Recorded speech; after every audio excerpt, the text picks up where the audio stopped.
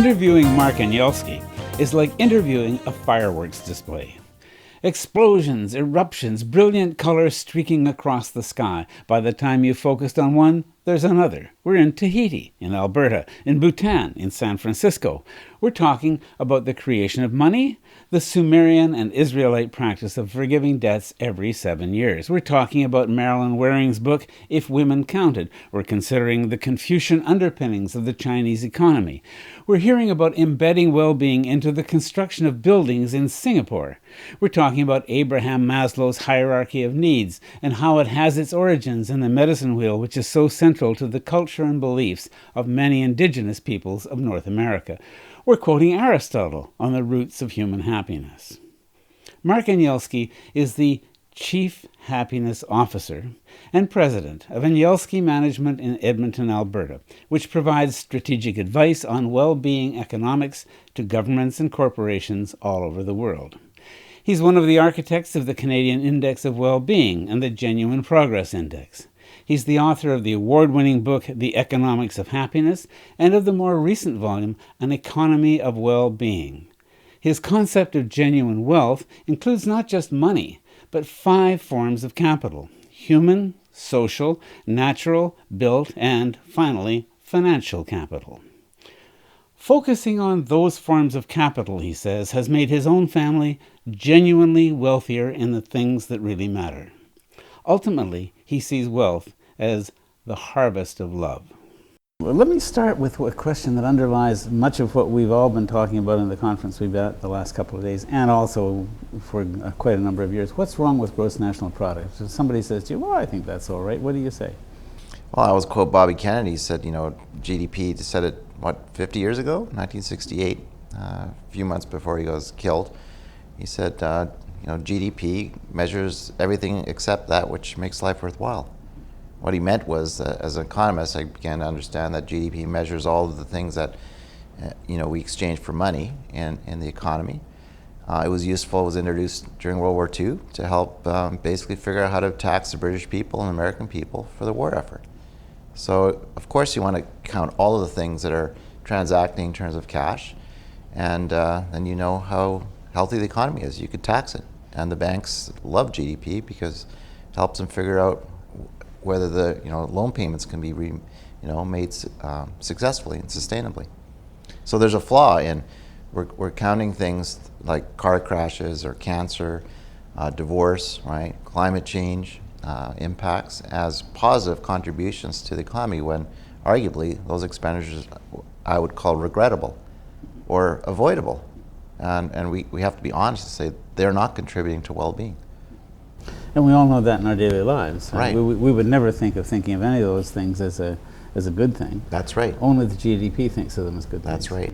So it's like the metaphor is it's a bad calculator. It only knows how to add, doesn't subtract, violates basic accounting principles, which I know because I have an accounting background. So we have a very flawed income statement to judge the progress of countries.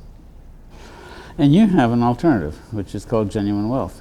Genuine wealth. Tell me about that. And genuine wealth, I'm fussy about words, so I say Adam Smith wrote The Wealth of Nations, but he never once defined the word wealth in the Old English, which meant the conditions of well-being. I'll repeat that. That means well-being. TH, the letters TH mean the condition of something. So health and wealth are close cousins.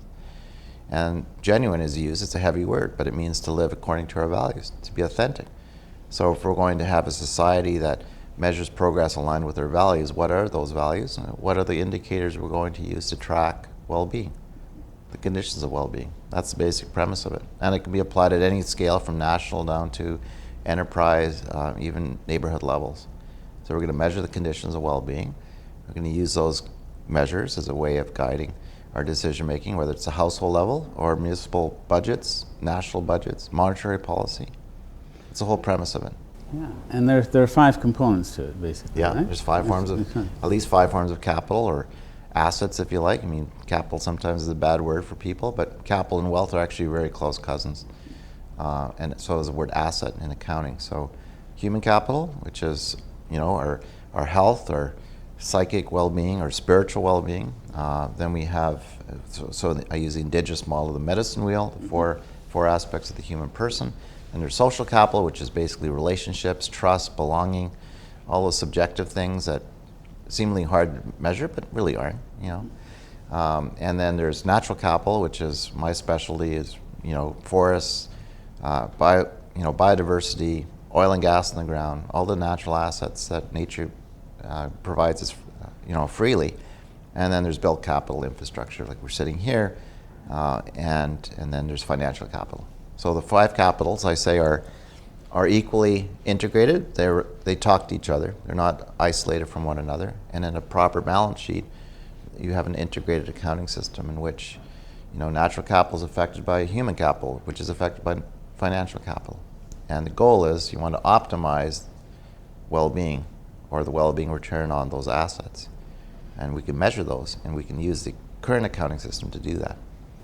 Now tell me, if you're trying to describe, in accounting terms, natural capital, and I'm thinking particularly the value of a forest, because it always seems to me that's one of the most, intuitively we look at a clear cut and we say we've lost something, but according to GDP we've gained something, right? Yeah? Right. So how do you evaluate the standing forest? So I'm a professional forester, so I know something about. So we were taught that the goal in forestry is to maximize allowable cut, right? What does that mean? It means you cut the forest at the optimum growth. We're in Canada about 100 years. That's when a spruce tree reaches sort of optimum. An aspen tree or poplar maybe 40 years. So that's kind of been the standard, right, protocol for forestry. But if you talk to Indigenous people, they would say, well, a sustainable yield might be 250 years, not 100 years. So the question is, so that begs the question, what are we trying to sustain? If we're sustaining the health of the ecosystem, the forest ecosystem, which is a complex system, then we need to pay attention to not just optimizing 2x4s, but optimizing what we call ecological integrity or health and all of its functions. So what are the functions of a healthy forest?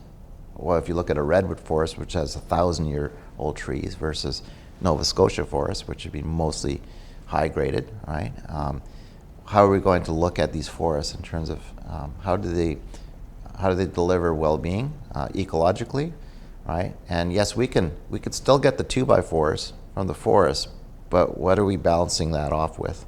So we want healthy pollinators, we want healthy ecosystems for wildlife, right? So we have to optimize all of these values and try to do that without paying attention to. So why are we optimizing the 2x4 production? Because the sawmills are debt financed. They require kind of an efficiency of throughput just to service the debts that help to pay for that sawmill, which is a flaw because nature doesn't care about monetary value. It cares about it. Nature is always pursuing a state of optimization, homeostasis, or resilience, if you like, if you want to get really technical. Mm-hmm. Mm-hmm. So if you're evaluating the forest correctly, mm-hmm. This is a very complex calculation, right? How would you go about that? I mean, how would you? So I get hired to do this work, whether it's First Nations or so we're going to build a forest account balance sheet for the forest. So we just did one for Ontario and say, are Ontario's forests sustainable? Well, it depends. If you look at, so you look at the land base and we figure out what kind of forest is it. It's a pine forest. It's a deciduous forest, and we look at the state of the current integrity of the forest soil, right, and some other proxies for ecological health. So what are those proxies, right? So then we construct our account, which is a biophysical account, to say how much standing timber, how many caribou, woodland caribou are iconic indicator species of healthy boreal forest, but we're decimating them, right? So what kind of species do we look for that are proxies for ecological health? Can we rely on Indigenous wisdom and knowledge to say, we can tell you what the health of the forest is because that forest is our pharmacy, right? So we know what plants to look like. I don't know. I can walk in the boreal. I think it's a boring it's a very simple ecosystem. But Indigenous people in Alberta go, no way. This is our pharmacy, right? So we have to rely on all that knowledge then to construct a forest account to say, are we optimizing, right, a broadest spectrum of value? And some of those values are monetary. There's market value. Yeah, we can produce 2x4s, but there's lots of non-market values, like these pharmaceutical values of First Nations. And they won't tell us about it because they don't want us to know. This is their Viagra or whatever. So I have that joy working with First Nations to figure out, okay, what's the full spectrum of value? So we're going to optimize a broader spectrum than just timber in the marketplace. If you don't count it entirely in money, how do you enumerate it? How do you? I know we're getting really technical, but in our economic, it's called total economic value spectrum. So we go from market value to basically future value, bequest value. What's the value of just knowing the redwood forest exists, even if I never visit it? And so we try to measure that whole spectrum of value. As you get into the non-market, the non-monetary value, that's where it gets fuzzy, right? You say, well, how do I feel about nature? Which is what I'm really interested in now. Is like, how do we respect people's experiential, emotive experience in nature, right? Do I feel better? Do I respect even the response to the question, do I feel better when I walk in the woods? And we use the word recreation. Where do we go on holidays? We typically go to the beach, or we get renewed, recreated in nature. So we have to pay attention to these non-market intangible values, and not dismiss them just because we're trying to optimize that sawmill production function. So it gets interesting, and that's where, again, with Indigenous people, it's like, you can't value a moose in monetary terms. Yeah, you can measure the protein value of the moose meat, but the moose has a psychic, right? It has a spirit. It's a spirit creature. The eagle is a spirit creature, right? Everything has spirit. How are we going to monetize that? We can't. And that's the joke. I mean, the thing I point out to, money is just a social invention. It has nothing to do with real assets. Just totally disconnected. And yet we say value, and the word value in Latin, valorum, to be worthy or strong. Is value only expressed in the snake around the stick, or the euro, or the yen, or whatever? Surely not, if you understand that money has no connection to these assets whatsoever.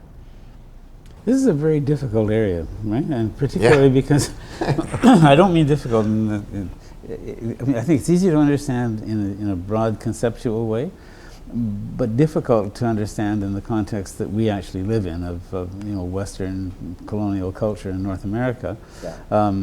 We all know instinctively that sense of the clear cut represents a loss rather than a gain. Yeah. But trying to prove that to people who think of themselves as hard-headed, factual-oriented people, and so on and so forth, it's not an easy matter. It's not easy at all. No, and we live in our minds are colonized. We've lived under a colonial system for centuries, right? If not back to Roman times. And the British just codified law. They just took the Roman system and perfected it. Mm-hmm. So we're still in Canada. We're still basically a colony, and we're under colonial rule under the banking system and all that, which is the dominant narrative, right? Mm-hmm. The dominant narrative is, economy has to keep growing. And the question is why? If you have levels of happiness, and you know that a sustainable level of happiness is $70,000 of household income, and you say, why do you need more money? Mm-hmm. And why don't all Canadians enjoy $70,000 household income? Right? And so you go on and on, then you have to peel back and say, what is it about the money system that compels us to want to keep growing, or needs us to keep growing, when we already have enough stuff? Mm. Can we just relax and enjoy being Canadians? Why are we trading? Why did the British come and get gold from the Incas and then fur pelts for their beaver hats in London, and we still have this mindset that we have to keep trading and exporting when we could literally close our borders except for coffee or oranges and bananas? We got enough stuff. We could live in total harmony with nature in this country, and we have to get our oil out to the market. We have to build another pipeline in Alberta, where I'm from. It's madness when you stop and think about what's driving this whole paradigm of growth. Well, this is an interesting thought, and this is when I've been following some of the alternative economic thinking, you know, and I'm not trained as an economist. I'm trained as an English literature professor, right? So, Fantastic. so I'm having sometimes a little trouble keeping up. But You've read Adam Smith, so Wealth of Nations, right? Well, yeah. I haven't, not in detail. But you know, the thing that strikes me about so much of this is that, you know, nobody that I've talked to or nobody that I've read, I think, has said, why do we need to trade? That is a really fundamental question, and I don't think it's been raised before. No, I keep raising all these trade agreements and, you know, inviting, you know, why did China because we invited them to the World Trade Organization. China was always insular, 5,000 years of civilization. The British came in 1795, and you know what happened? The Qing dynasty, which meant happiness, by the way, it was the last great dynasty, right? They said, we're here to free trade with you. It's like, free trade? I said, we got beautiful stuff. We have porcelain. We've always been this insular, you know, dynasty of empires that have never traded. And the British started the Opium War with them and ended the Qing dynasty. And you think the Chinese don't have long memories? Say, you came here with your free trade model, right, and destroyed our civilization, right? And now we welcome you into the World Trade Organization. And now the United States and China trade as much rice across the Pacific, materially wise, volume wise. It's insane. Why are we shipping rice both ways, right? And you think, this is madness. Like, if you stop to look at the entire trade system and say, if we just try to live sustainably within the ecological capacity of the landmass of Canada or China or Russia, the United States, there would be very little trade going on. So who's benefiting from trade? Is a question. And the answer is? Well, those who are the agents of trade, the money, what Abraham Lincoln called the money power, the banks, right? Because it's all about cash flow. It's about churn, right? And it's about servicing those debts that have insatiable appetite, can't stop. They're cancer. They can't stop growing. So we're all stuck in this kind of weird paradigm where we have to keep growing, you have to keep trading, exporting to service the debts on debts that now in the United States are $70 trillion and growing. They grow exponentially, doubling every 7 years. Unrepayable. If you stop and think, unrepayable. No matter how much the economy keeps growing at 2%, at 3%, China at 8%, impossible. We're in the dead end. We're bridge out ahead, basically. Okay. And we ignore the signs, right? Anyways, that's the system. And I've said, let me do some analysis on if Canada closed its borders and lived just on the ecological capacity. See, our footprint, people talk, if you know anything about the ecological footprint, which is kind of Debbie Downer, right? It's like, oh, God, like Canada's footprint's so big. But the truth is, Canadians enjoy 2 times the biocapacity per capita as our footprint, right? We're a cold country, so we burn more energy, we use more energy. But if you look at that and say, well, that means we have a natural capital advantage, unlike any other country other than New Zealand, right? So what's that responsibility then? If, again, we rethink the trade model, we could actually reduce our ecological footprint further by just living locally. If we lived within 100 kilometers, like Lil does here with Wooden Monkey, I think so, or you try to source as locally as possible, what happens? You reduce your carbon footprint, right? You build strong relationship with the land stewards, right? You get happier people, healthier guts, right? Healthier diet. Instead of importing stuff that, you can't tell me that a pound of tomatoes or bananas are actually 49 cents a pound when they came from Ghana on a boat or a plane. There's no way. You do the fuel printing on the pound of bananas, it's not 49 cents. But if we full cost accounted the bananas, right, we probably wouldn't be importing them. Yeah. Anyways, those are just the practical things. But they'd be very much a luxury good, right? They'd be a luxury good, yes. Well, isn't that one of the common themes through this whole, I'm going to call it alternative economics kind of field that's grown up over the last number of years? Isn't that the heart of it? Is to say, let's see what things really cost. Let's bring our ways of thinking about the economy back into correspondence with reality. And yes. If you're bringing bananas from Ghana, Yeah. That should be a song, shouldn't it? A banana from Ghana. But I did analysis. If I got my tomatoes from California, which is where a lot of our hothouse tomatoes are grown, and I drove my super efficient Toyota Yaris, because my Tesla won't make it, I don't think. There's enough charging stations. Maybe there are now. What would it cost me? It would cost me about $49 a pound, not $3.50 or whatever they charge me. I'm still in pounds. I still haven't converted to, anyways. But the point is, but the interesting thing is, I get hired to do full cost accounting work. So what's the full cost of Alberta's recycling programs? Like literally, guys picking up bottles to the unfunded liability to landfills, right? You do that analysis, you get some interesting results. But hardly anyone hires people like us to do that analysis. So what are they afraid of? Like, if you do the full cost accounting on food, and you say, look at agriculture, right? Do you think the ministries of agriculture in Nova Scotia, Alberta, actually measure the integrity, vitality of the soil, the health of the soil itself? No. We just put fertilizer, and we put lots of inputs, fertilizer and pesticides and glyphosates and Roundup or whatever, and we don't actually measure the integrity of the soil to produce vital food for our bodies that need good food, right? We don't measure the integrity of the very basis of what gives life. Yeah. It's like, it's outrageous. They're called Ministry of Food and Agriculture. Yes, and they're probably, in a way, almost all those ministries are ministries of trade. Ministry of death. Yes, Let's be blunt. It's like, is this a death economy? Is this a cancer economy? That's my point. It's like, GDP is cancer, but what's a living economy? If we mimic the redwood forest in our economy, what would that look like? It'd be, what would nature teach us? Perfect by design, homeostatic, right? Achieving, what's wrong with a homeostatic kind of point of resilience in an economic model? You see, you can't work because a debt model is cancer. You can't possibly accept a redwood forest as the model. But as human beings, we need to strive for something much more like that. Yeah, right? And we can. Now, you do get hired by governments. And surprisingly. Even the Chinese government. I was going to say, given your outlook, what do they hire you to do? Happiness. Like, you want to talk about happiness, fine, let's measure happiness. Okay. But, well, actually, before we leave China, you mentioned just fleetingly the other day that China has a different kind of economy, which, if I got it right, it's called something like a Xiaokang economy? Xiaokang, X-I-A-O-K-A-G. Xiaokang is a Confucian term, or Confucius defined it as, this is how many centuries ago, a society of moderately well-off people.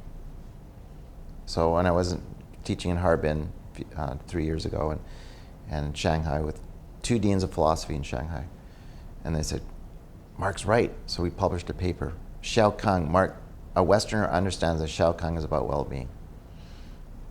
And the other thing is they didn't know anything about their monetary policy, which I taught them about. I said, so you have 2 things. The first economy in the world in 1979, Deng Xiaoping, right, announces we are going to pursue a Xiaokang economy.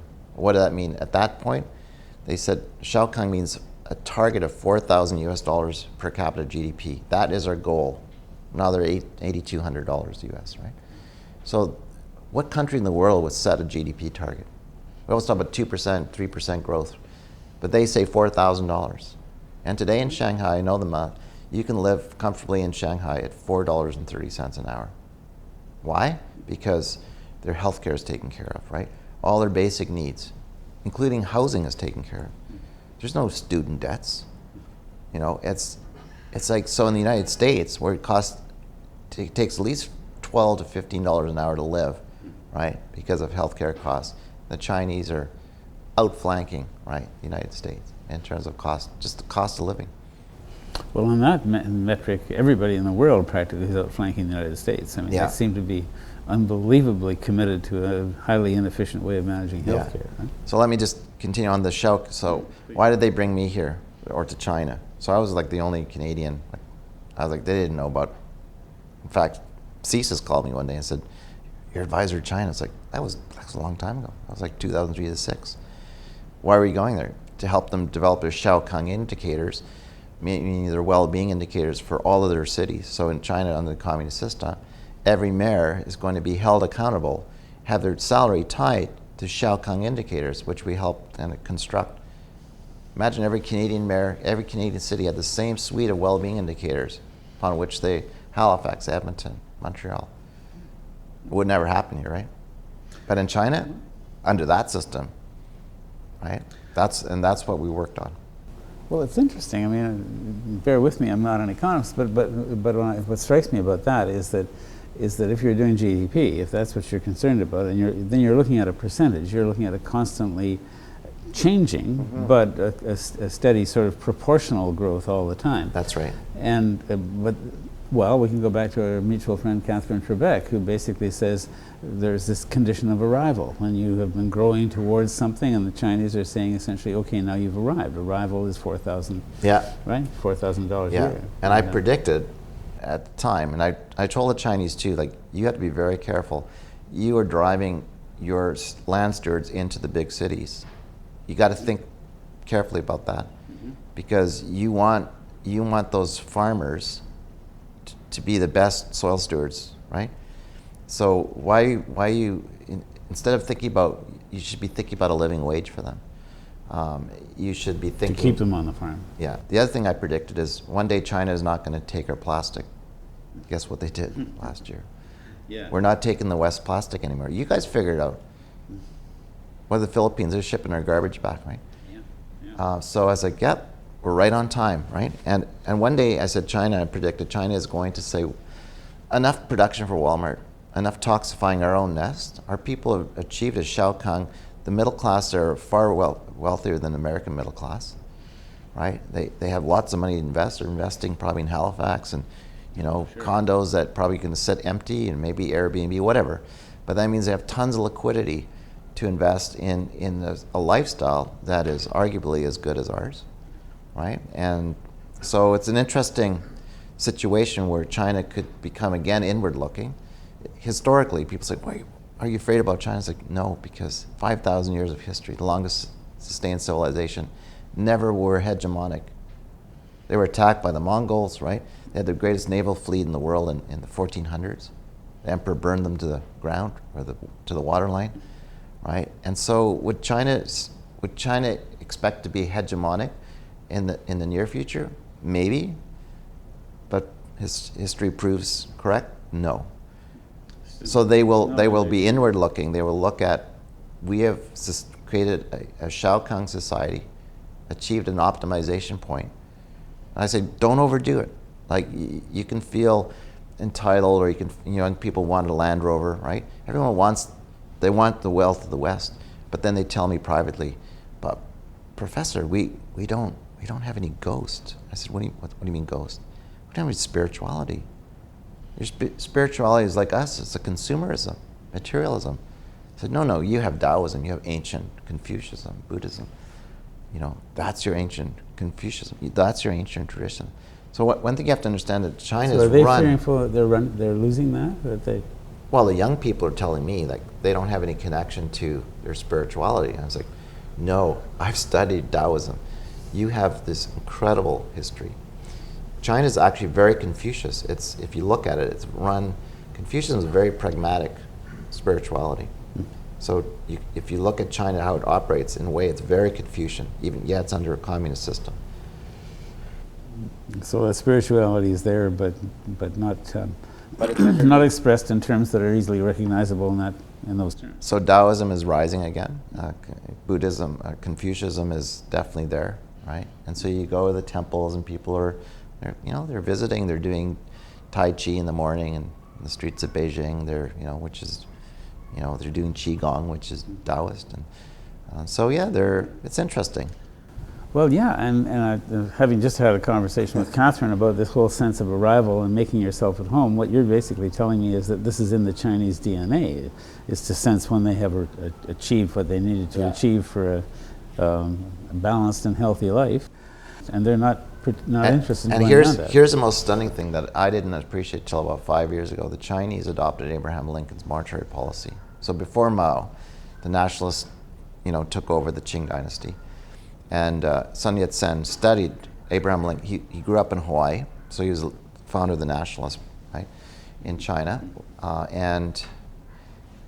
So Abraham Lincoln said that the money must be created by the state for the people, right? So that's how they won the Civil War, because the European bankers were blackmailing. They were trying to finance both sides of the Civil War. And Abraham Lincoln says, basically gave him the finger, right? Said, you're going to charge us 60% terms on our debt, both the South and the North. And he said, I'll borrow a page from Ben Franklin and Thomas Jefferson, and we'll create our own money called greenback. And he said, private banks are more dangerous than standing armies. That's Abraham Lincoln. Not me saying that. And he called them the scourge of money, the money power. He's a den of vipers, he said. Right? He said, I will do anything. And he got killed for it, right? That's who assassinated him. So isn't it amazing that Sun Yat-sen adopts Lincoln's monetary policy and Mao sustains it, which means, why is China doing so well? Because they have a sovereign national banking system, which never allowed the private banks to set up in Shanghai. Yeah, they're in Hong Kong. So if ever the private banks, the bankers of Europe, London, New York, can begin to control the creation of money in China, they'll be the same as us. But right now, they can create as much money as they need. Even if they build empty office towers in Shanghai, they, like the Japanese, universities' debt is written off every year. There's no, like they wipe the debts clean. So that's fascinating, right? That's completely different than the West, which is completely consumed by debt. Well, tell me more about this, because you've touched on this a number of points, and I was kind of holding back on it because I thought, no, there's other things that I'd like to cover before we get to that. But for you, this is really fundamental, right? This is money is fundamental. I think you can tell I'm almost like zealous about it, because if you don't understand money, you don't understand anything, and none of us are taught about money. I had to learn it just from reading and asking, like a child, like why? So it began with why grow, and what is money, and who creates the money? And if money is debt, all money is debt, who has the license to create the debt? Oh, companies, private corporations called banks, right? And you go on and you just peel back the onion and go like, so when were these decisions made? When was it that, you got to go back to Babylon, to Mesopotamia, go, gee, these ancient cultures had a lot of wisdom. They forgave each other. They forgave debts every 7 years. In the Jewish laws, it was called Jubilee. They just borrowed it from the Babylonians. And then the Romans turned, right? They flipped that. And Britain just adopted Roman law. So we have never in our entire history, in I don't know how many years, how many centuries, never had a debt forgiveness culture. So this is fundamental. The point I'm making is, we the people, as Abraham Lincoln said, the American Revolution was fought it was not over the Boston Tea Party, it was decoupling from the stranglehold of bankers of London, right?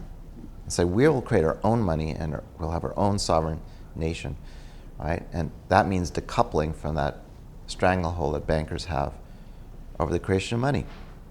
And unless we figure that out, unless we are honest about that and tell the truth, we're never having a conversation. We'll just talk about, I could solve climate change tomorrow. I could take out 50% of the reason we grow just by eliminating usury or debt-raised money system. And carbon emissions would drop by half. because Because you think about it, right now, half of Americans' income is going to pay hidden interest charges embedded in this cup of coffee. 50 cents on every dollar, and growing. So eventually, all of our income is going to go to servicing debts. So if you eliminate that, take that out of the equation, as Jefferson would have done, you would have a 20-hour work week, wouldn't you? You'd have less reason to drive your car around, less reason to, churn meals at restaurants or whatever. The entire production function would collapse, and therefore, carbon emissions would collapse. well, now tell me. So I'm being tough love here. It's like, you want to really big boys, right? The reinsurance companies, the banks that meet in private every year, Bilderberger meetings and G7 and World Forum. They're not serious. They either they're complicit in not doing anything, which is my point. They're not doing anything. If the insurance industry is really serious about the risks of climate change, what do you think they would do? They would jack up Lowell McPherson's, insurance premiums. They would come here and measure your carbon emissions and put a premium on a $50 a ton liability if they were serious. Do you think they do that with Suncor in Alberta? Does Warren Buffett's Geico and Munich Re and Swiss Re do that? No. So obviously they're not serious that the existential threat of climate change is as real to their own existence. They're not buying it. I'm just looking. I just look at actions. Proof's in the pudding. Proof's in action. Yeah. And I know the reinsurance business. Like, those guys think about risk all the time. They either don't care, they just want the oceans to die, they want the world to be in flames, or they're just, I can't argue that they're ignorant. It's their system. They can change it.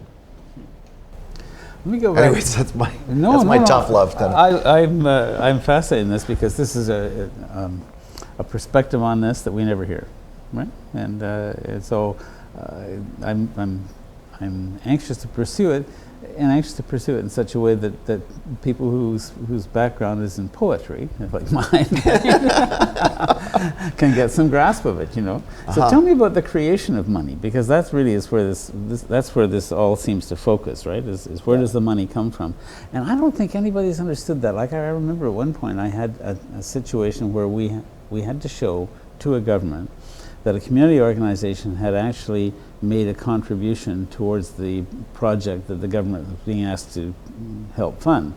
And we had made it, and I had spent months and months working on this project and as a volunteer. And I said, okay, the simple way to do this is I charge you for my time. I'm a self-employed person. I know what my time's worth. I make up an invoice and I charge you. And they said, how will we pay for it? And I said, I will also make a contribution in the same amount. And so I will give you, as a citizen, $25,000, let's say, and you use that $25,000 to pay me. Well, where's the $25,000? And I said, I think it's going to appear and disappear in the blink of an eye.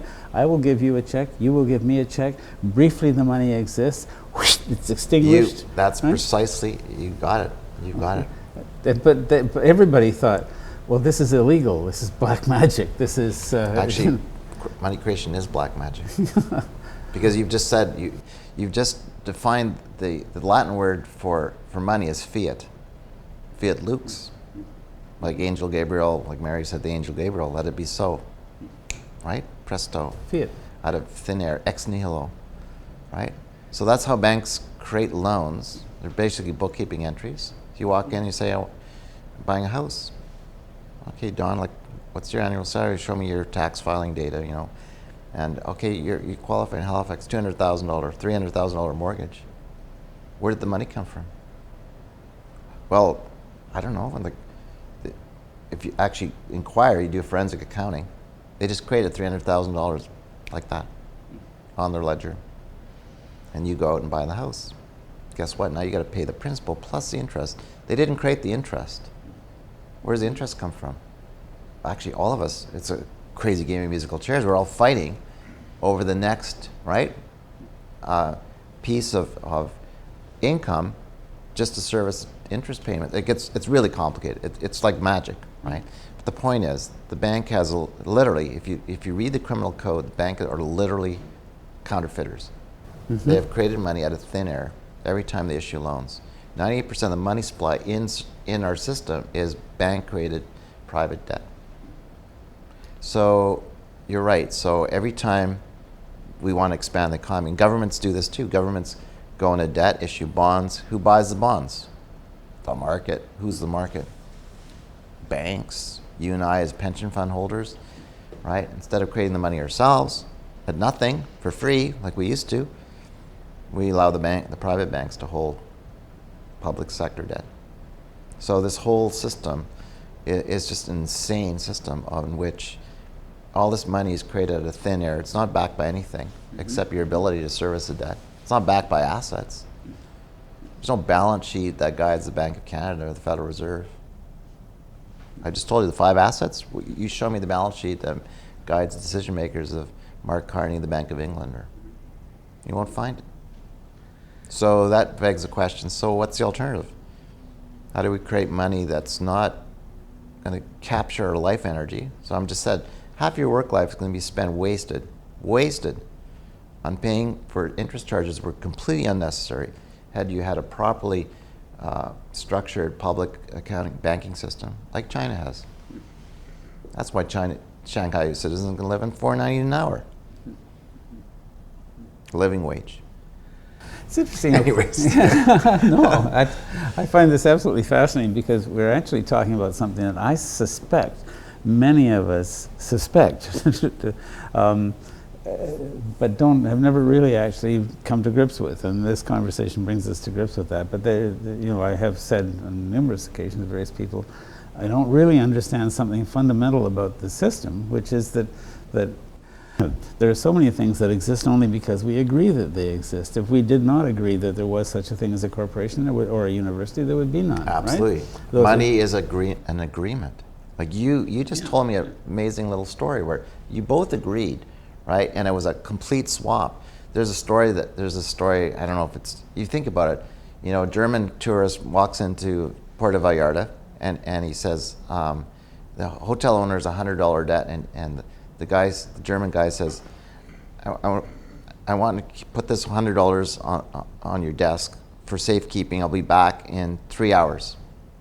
Well, the hotel owner has a $100 debt to pay to, the coffee guy, and coffee guy has whatever. They have all these debts, right? But by the time the German guy comes back to pick up his $100, it's back on the desk, right? But everyone's being paid, right? It's like, what?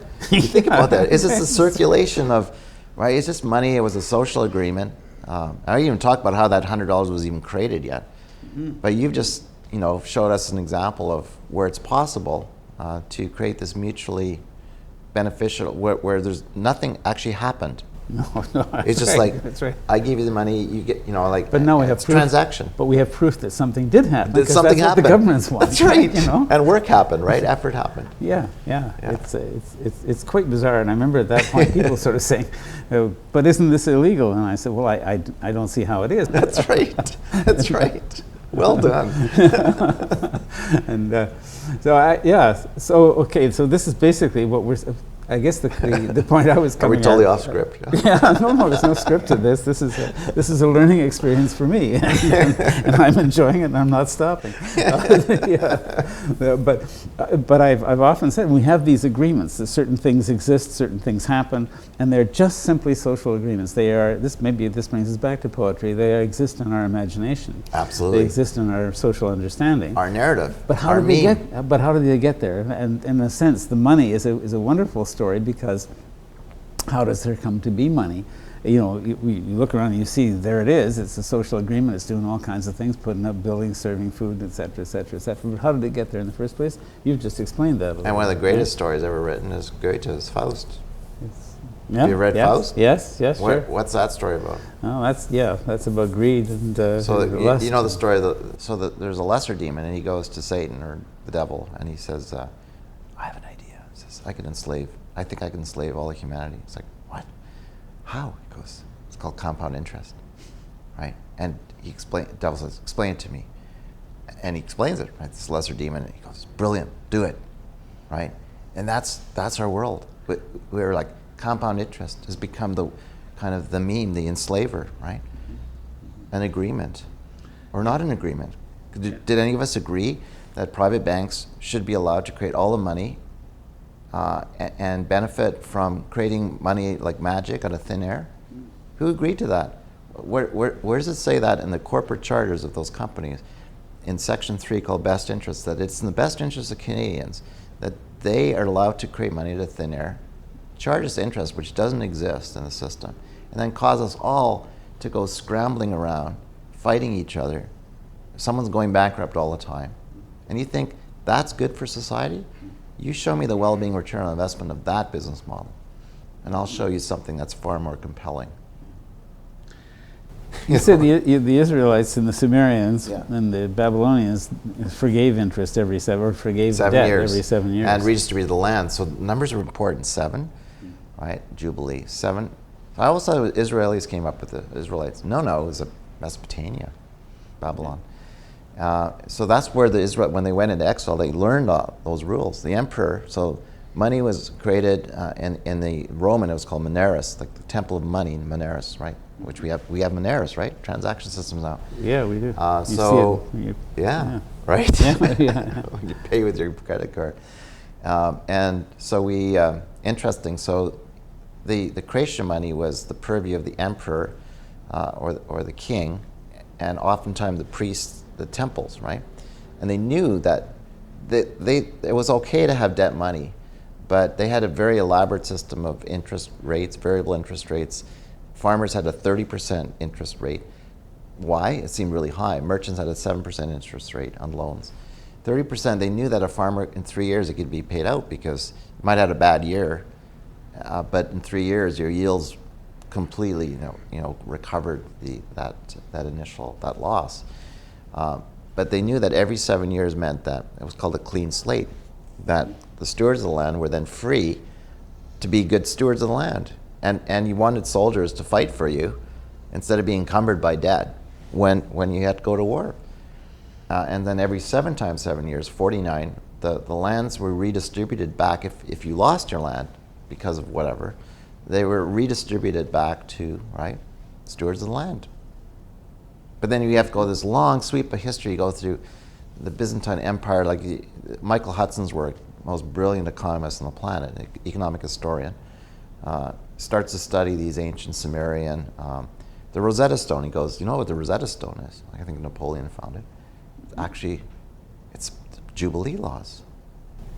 Is that what it is? Right? That's what's on it? But we misinterpret it. Jesus says, I come, when he rolled the scroll down in the temple, he goes, in my reading of Isaiah, I came to fulfill Jubilee law. And I'll point out, sent a letter to Pope Francis with my book. I said, can we return to the original words of the Lord's Prayer, which Jesus says in Matthew, forgive us our debts as we forgive our debtors. He didn't say trespasses. It's a property violation, right? He said debts. So he said, let us declare again the year of the Lord, Jubilee. Who killed him? I think the money changers killed him. How dare you return back to us where we benefited?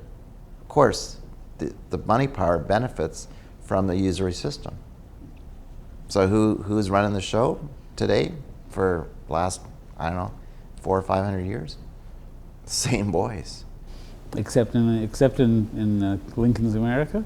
Was that the... He tried. Yeah? But every president tries, including JFK.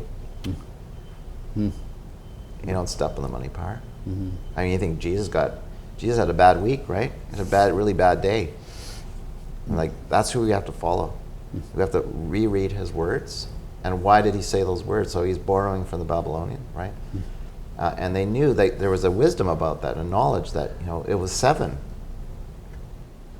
Which is the same as the 7 generations of the indigenous people. Yeah. Right? That's right. There's something magical about that number. And of course, indigenous people don't even understand money. We use shells, seashells, wampum. It was a joke. What was a shell worth? I don't know. You can go in the water and collect shells and sew them on your wampum and. I've often wondered about that too, but there again, the value of that is a social agreement, right? So social agreement, social understanding that it shall be so. Cowrie shells were rare. I learned because I come from Alberta. The cowrie shell came. It's a special shell that looks like. There's 2 types of shells. One looks like, dentelia long shells, which think the male female. The cowrie shells look like you can get the imagery, right? I don't have to say it publicly.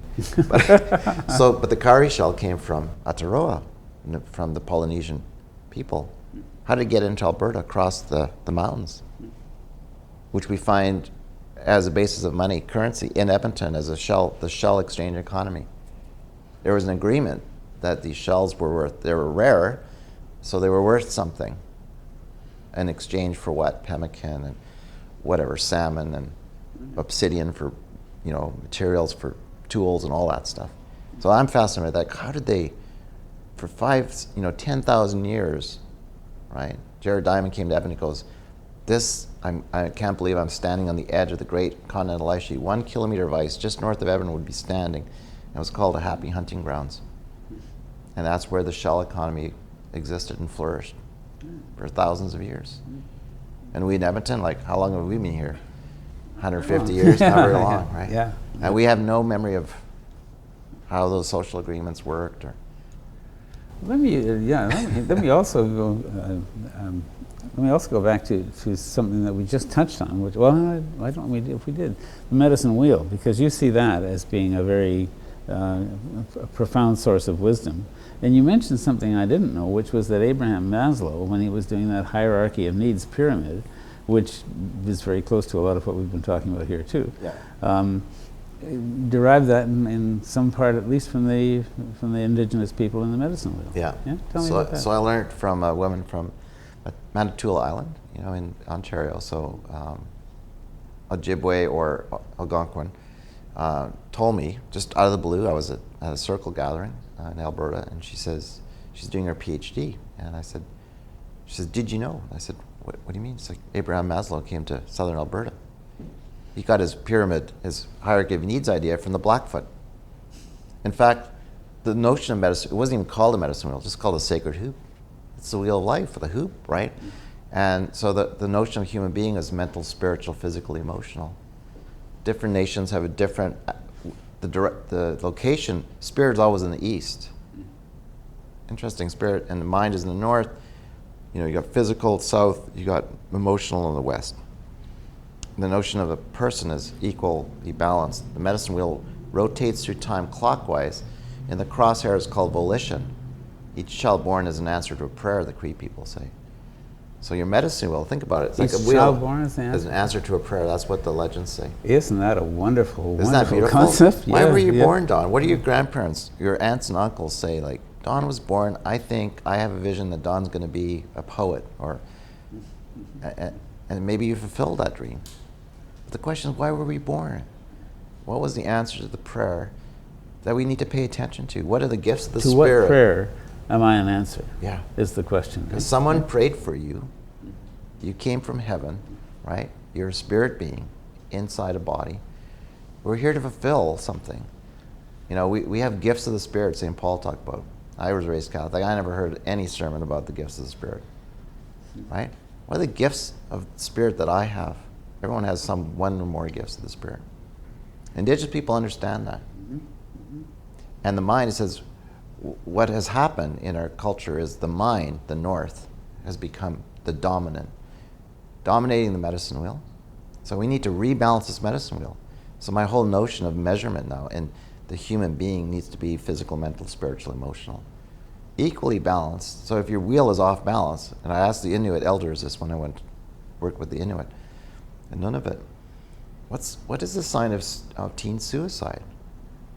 And the elder said, and then it took us like, spiritual well-being's off. To rebalance the wheel. It's like a car tire. You go to get your wheel aligned. So this is at the level of a whole society, right? That whole society. Whole society, the circle, not the pyramid. Yeah. Why pyramids? Is it we blame the Egyptians or the British or the papal like beehive kind of structure? What's the beehive? The beehive is a model of the Vatican, which right? What is the Pope's symbol is a beehive, right? What are beehives? What do they behave? They're queen bees, sure, but they're a phenomenal model of cooperation. Exactly. Right? Yeah. And or the people ants, the preachers doing what they were born to do. Yeah. So again, we got to mimic nature, and I think Indigenous people were tapped into that. Yeah. I want to quote Mark Anielski.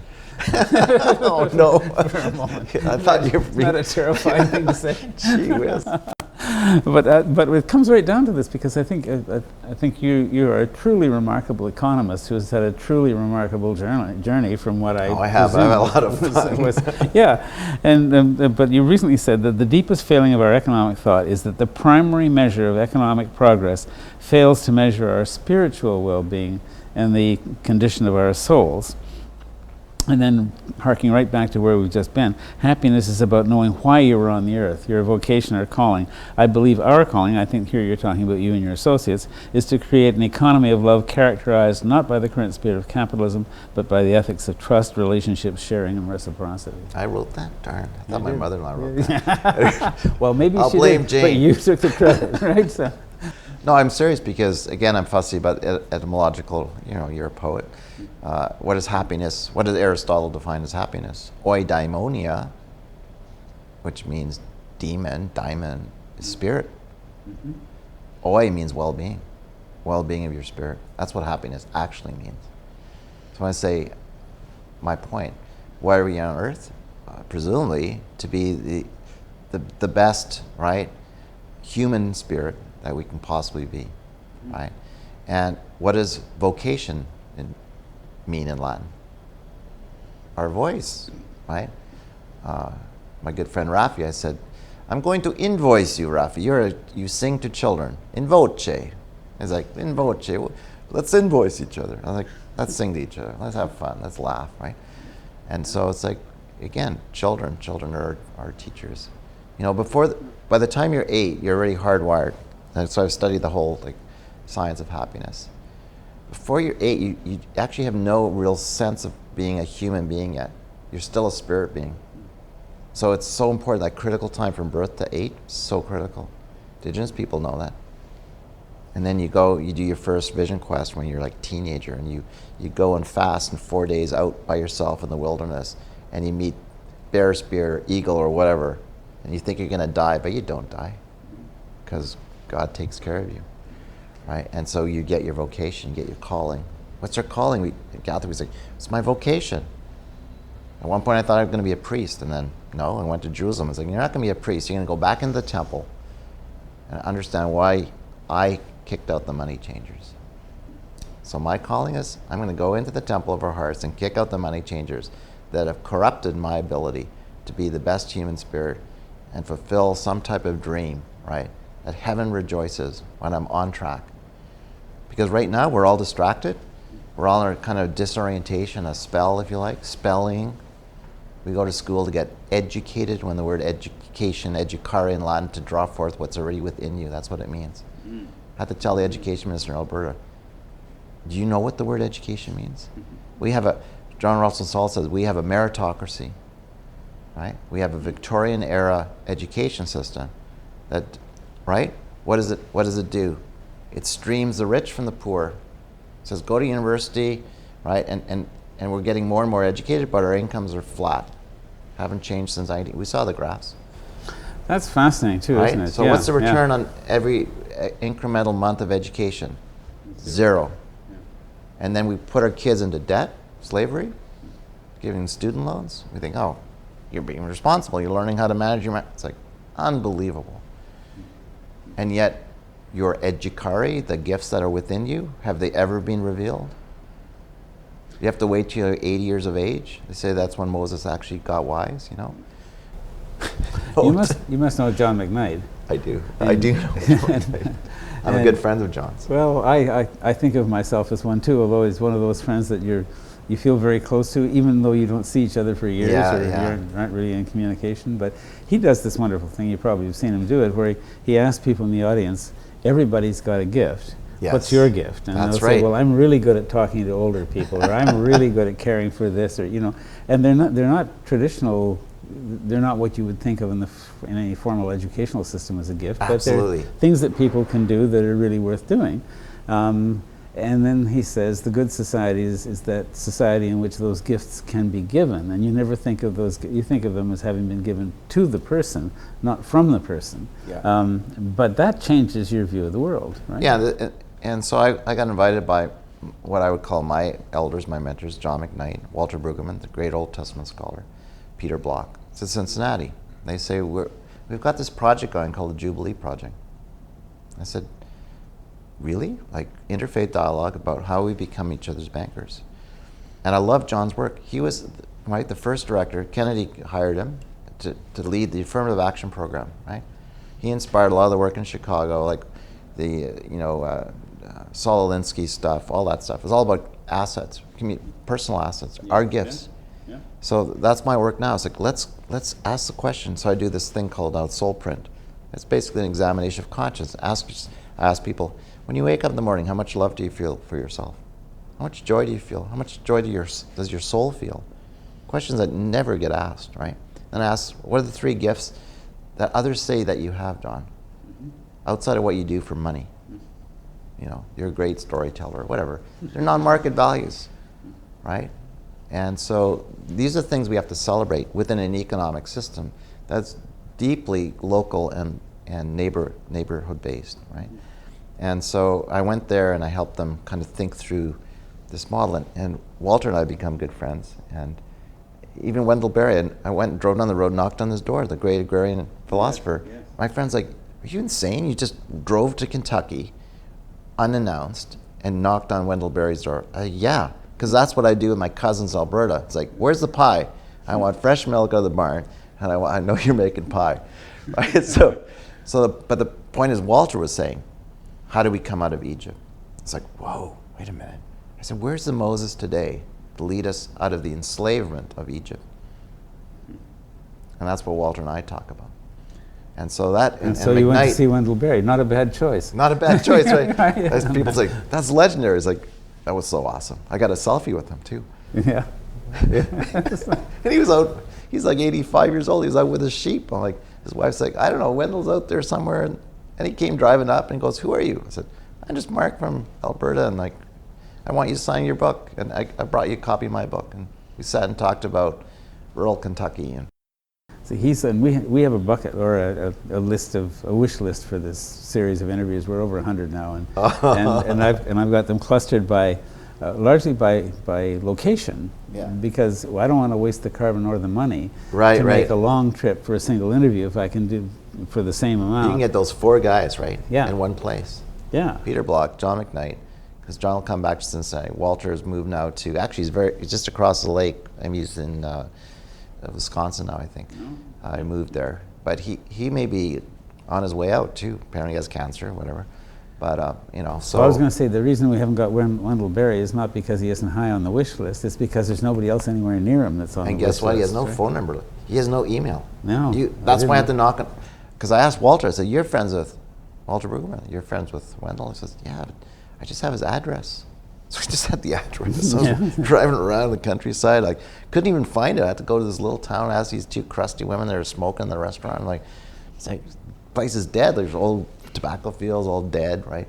It's like, can you tell me where Wendell lives? We're not supposed to tell you, but he's that weird guy with the solar panels on the river. I'm like, oh yeah, I know where that is. So I drove back there. Anyways, right? And you just have these conversations. And then Wendell said, I lament, I'm sad because there's all this land here sitting idle, and we need young people to fall in love with the land again. One of the nicest phrases in this whole conversation is soil stewards. That really is such a fundamental thing that we pay no attention to at all, right? Yeah. So I want to make a big plug, because one of the things that I know Lil and I talk about is what's the alternative? Like we can go, a lot of this stuff seems really dark, but I have this belief that we can actually build what I call an economy of love, a civilization of love. We are all hardwired to be loving, right? That is our nature. That's how we're created. So let's get back on track. Like, let's rethink this whole system that we created. God gave us the gift of imagination, right? And so can we not imagine a different system that creates joyful lives of meaning and purpose, instead of the drug, there's 28,000 people overdosing, dying of drug overdoses in the United States now. 28,000. There's a massive life expectancy is declining for the first time, right? It's like, it's outrageous. Yeah. It's stunning, and it's unnecessary. Yeah, and there's so much despairing going on. And that's right. That's what we heard them being described as deaths of despair: suicide, alcoholism, and drugs. Right? Yeah. Totally unnecessary. Yeah. The very last look at the very last question on my list there. If I can read it.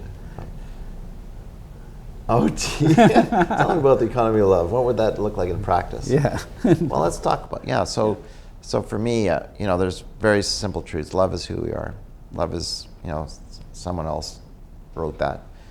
But I believe that's the essence of, I could take the whole Bible and go reduce it to that. Love your neighbor. Love is defined by the richest guy in Singapore, who was my benefactor last year, brought me to Singapore. Runs a $40 billion private real estate empire. Because love is our core value. What? Love? I teach corporate ethics. Like, nobody ever says love as a core value, running a company. And he said, but I define love as a concern for the well-being of the other. I'm like, hallelujah, the concern for the well-being of the other. So, love yourself, love your neighbor. And all of this love economy can all be constructed and based on this accounting model I proposed, where well-being becomes a focal point, right? The well-being of your spirit, of your soul, becomes the highest aspiration of all of us collectively. And so we can design that. We can create a money system that's way more compelling than the slave system we have. We could resurrect the Jubilee laws, because we haven't, debt's been doubling since World War II. Every 7 years, guess what? Every 7 to 8 years in the United States. And no Jubilee. We're all stuck. The whole world's stuck. So what's going to happen? Are we going to have like a cataclysm? How are we going to wake up? Or are we going to start small? We're going to start locally, one-on-one, Mother Teresa approach. Maybe that's the only way we can do it. We have to practice. We have to experience those moments of love, right? And reciprocity, and be in touch with the joy that comes when you have a relationship. And we keep going and going. And we make sure our kids don't despair, right? And our grandkids don't despair. And, I work with elders, very wise elders who are still awake. Says, there's a few of us that are awake. We can pray, we can bless things. We go to Singapore, we will bless. I had a vision, clear as day, last trip to Beijing. God has a plan for China. It's going to be a miracle. And how are we going to do it? We're going to bless the nation. These Singaporean, Chinese, high net worth guys are like, I know what you're talking about. We're going to bless the nation. And here's what happens they said, we know this. When you send a blessing, you have two choices: accept it or say no thanks. So we will bless the nation. And that's how the matrix will fall. And it'll be a percussion of love. I mean, I'll say that publicly. It's a strategy of love. I've gone to London, England. I've dropped sacred tobacco on the Square Mall of London, the corporation which creates the money. It's the seat of money power. And we're going to reclaim that energy. Because there's a lot of old, depressed, lonely, rich men that what are they going to do when they die? Right? So let's get going. Build a civilization of love. It's way more compelling, more fun. We do a lot of dancing, a lot of bourbon drinking, maybe, I don't know. In moderation. In moderation. So that's my challenge. And there's no reason we can't do it. There's no reason that, we've got Lil gonna run. It doesn't matter who's in power. That's the other point I made the other day. It's like, I asked President Manning once, why are the desks in the legislature, in the parliament, in rows? It's a British system, tradition. So that if you stood up and grabbed your broadsword, you wouldn't strike your neighbor. Look how outrageous. Indigenous people sit in circle. Yeah. All the answers, all our questions are in the circle. Why don't we let the circle do what it's supposed to be, where we share our gifts and our love and our, right? And yeah, we'll have conflict, we'll have differences. This is a very optimistic vision of the future, and no, but it's good to have it. It's good, and it's good to have people thinking about these big and fundamental issues that, just too often don't get raised. Yeah. So. Yeah, we have to speak truth, right? And my other point is, when you learn, I always warn my students, when you learn the things I've learned about the money system, don't get angry. That's not because you could go crazy and say, oh, it's a big conspiracy and it's, so-and-so. And so, this is just business. People are just doing this business because that's what they know. But we have this carpenter from Nazareth who said, try this. And we haven't tried it. We haven't given it a shot. And we have an opportunity to do that. And who else is going to do it? Yeah. So let's try it. If not now, when? If not us, who? Exactly. Right? So yeah, we can get to, my climate change friends are all depressed. The world's going to end. It's like, no, it's not. It will if your consciousness says it's going to end. Our consciousness is very powerful, right? If we believe that the future is bleak, that the climate change models, in fact, will predict the future, we will believe the predictions. I'm an economist. We predict all kinds of stuff. Do we ever get fired for not predicting the GDP growth? No. I've never heard of one economist ever getting fired for not forecasting the correct growth. And yet we believe, I'm not saying that climate change isn't happening, But my personal belief, it's about human consciousness. Okay. Now, how is that going to work? So if human consciousness changes, you all of a sudden deal seriously with these issues. Is that? Yeah, is that the I mechanism? honestly believe, like, if we're listening to the spirit world, the animals, what is nature? Nature just wants us to say thank you. Now, nature wants us to fall in love with it again. All of creation is just yearning. We don't understand that humanity is created different than anything else in the universe, different than the angels. I know we're getting into like spiritual stuff, but I'm serious about this. It's like when we fall in love, we say thank you to the forest. We hug the tree. It responds.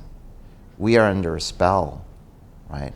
We need to return to harmony, to that relationship of loving kindness with all of creation, which just waits and holds its breath, waiting for us to say, I love you. Because it loves us. It gave us a tree. It gave us this beautiful table. Maybe you're the poet.